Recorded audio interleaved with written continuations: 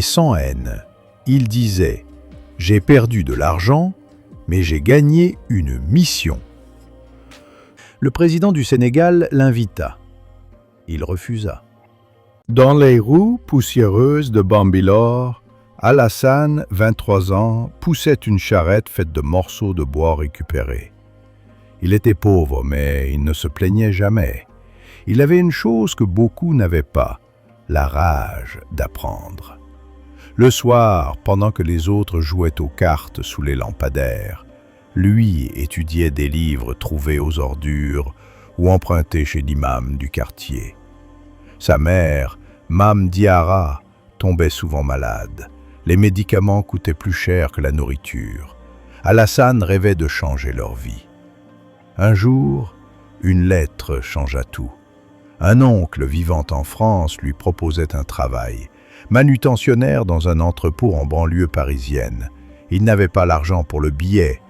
Il vendit sa charrette, son téléphone, même la radio de sa mère. Avant de partir, il posa sa tête sur les genoux de sa mère. Elle pleurait.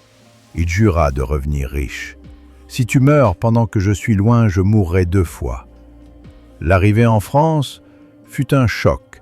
Le froid transperçait les os, la solitude aussi. Dans une chambre de 9 mètres carrés à Aubervilliers, il dormait sur un matelas posé à même le sol. L'oncle n'avait rien dit sur les dettes qu'il devrait payer. Il bossait 14 heures par jour, soulevait des cartons, se faisait insulter. Mais le soir, Alassane lisait. Il apprenait le e-commerce, le marketing, la psychologie de vente. Il disait souvent « Je suis pauvre, mais ma tête est une banque ». Il rencontra Abdou dans un bus de nuit, même accent, même galère. Très vite, ils devinrent comme des frères. Ensemble, ils lancèrent une petite boutique en ligne. Alassane s'occupait du site, Abdou filmait des vidéos sur TikTok. Le succès fut lent, puis fulgurant. Ils passèrent de 50 € par jour à 1500 €. Leur marque devint virale. Ils envoyèrent de l'argent au pays, achetèrent une voiture d'occasion. Le rêve africain version diaspora. Une grande entreprise française leur proposa un contrat de 1 million d'euros pour racheter leur marque. Alassane hésitait. Ils voulaient garder leur indépendance. Abdou disait « Frère, on ne refuse pas ça ». Les négociations commencèrent. Les avocats parlèrent, les chiffres tournaient. Alassane ne dormait plus. C'était le choix d'une vie. Le jour de la signature, Abdou ne vint pas. Son téléphone était éteint. Alassane paniqua. Il appela l'entreprise. On lui répondit froidement. « Le contrat est signé. Monsieur Abdou a tout finalisé hier. » Abdou avait volé l'entreprise. Il avait falsifié les papiers. Il était parti avec tout l'argent. Sans un mot, Dans un petit coin de Bambilor, il retrouva un vieux cahier. Il se mit à écrire. Son histoire, ses échecs, ses leçons. Le titre du livre, « L'intelligence du pauvre ». Il le partagea en PDF gratuit sur WhatsApp et Facebook. Le livre fit le tour du continent. Des jeunes s'identifièrent, des radios l'appelèrent, puis des universités. On lui proposa des conférences. Il enseignait comment créer avec 0 francs, comment gérer les émotions, comment détecter les faux amis. Il parlait de trahison, mais sans haine. Il disait « J'ai perdu de l'argent, mais j'ai gagné une mission ». Son livre devint best-seller. Il fut invité en Côte d'Ivoire, au Cameroun, en France même. Il passa sur TV5 Monde. Avec ses revenus, il construisit une école gratuite à Bambilor. Pas pour apprendre les maths, non, pour enseigner le mindset, la vente, l'indépendance, la patience, la stratégie, comme les fourmis. À l'entrée de l'école, une phrase en wolof, « Ku gem sabop, du bay sandam ». Celui qui croit en lui ne perd jamais. L'école de la fourmi attira des centaines de jeunes venus de tout le pays. On y apprenait à créer un business avec 5000 fins CFA, à parler en public, à lire 50 livres en un an. Alassane voyait dans leurs yeux le feu qu'il avait jadis.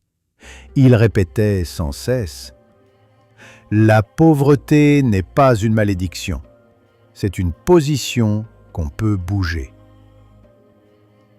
Le président du Sénégal l'invita. Il refusa.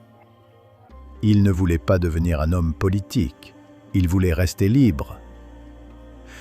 Mais la réussite attire les bêtes. Des hommes en costume vinrent le voir, avec des sourires polis et des propositions trop généreuses.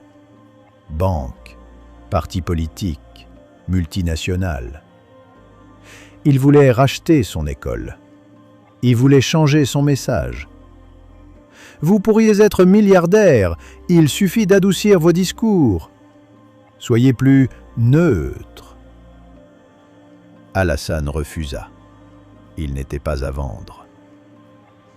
Peu après, les rumeurs commencèrent. On l'accusa d'escroquerie, d'avoir volé les idées des autres, d'être un marabout déguisé.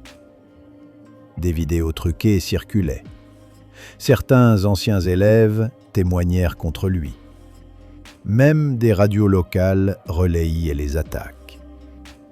Son compte bancaire fut bloqué. Les gens commençaient à douter. Même dans son propre village, certains disaient « Lui aussi, il a goûté à l'argent.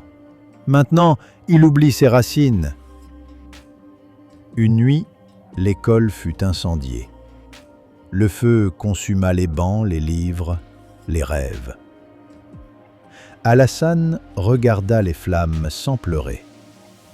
Il se souvenait de cette parole.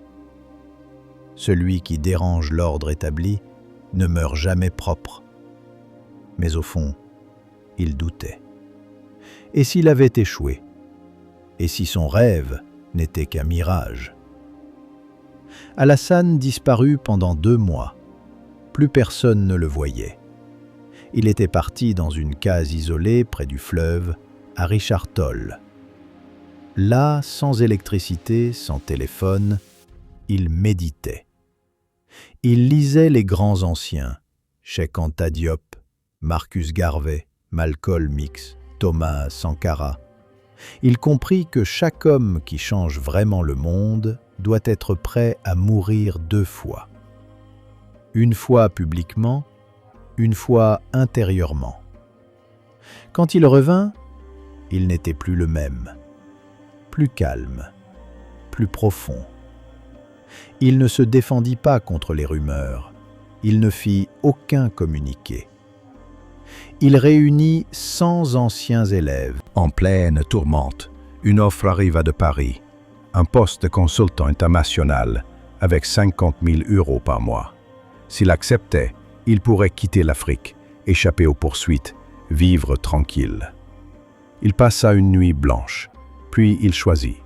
Alassane refusa. Il retourna au tribunal, debout, fier. Il plaida lui-même, avec calme et vérité. Il fut acquitté. Mais il comprit que sa voix était désormais trop puissante pour rester vivante dans un seul homme. Il se retira définitivement de la scène publique. Ses élèves prirent le relais. Des années plus tard, à Bambilor, une immense école portait son nom. Devant, une statue d'une fourmi gravée de ces mots « L'arbre pousse, mais c'est la fourmi qui travaille la terre ». Personne ne savait vraiment où était Alassane. Certains disent qu'il vit dans un village reculé, d'autres qu'il enseigne dans une école en secret. Mais ce qu'il a semé, plus rien ne pourra l'arrêter.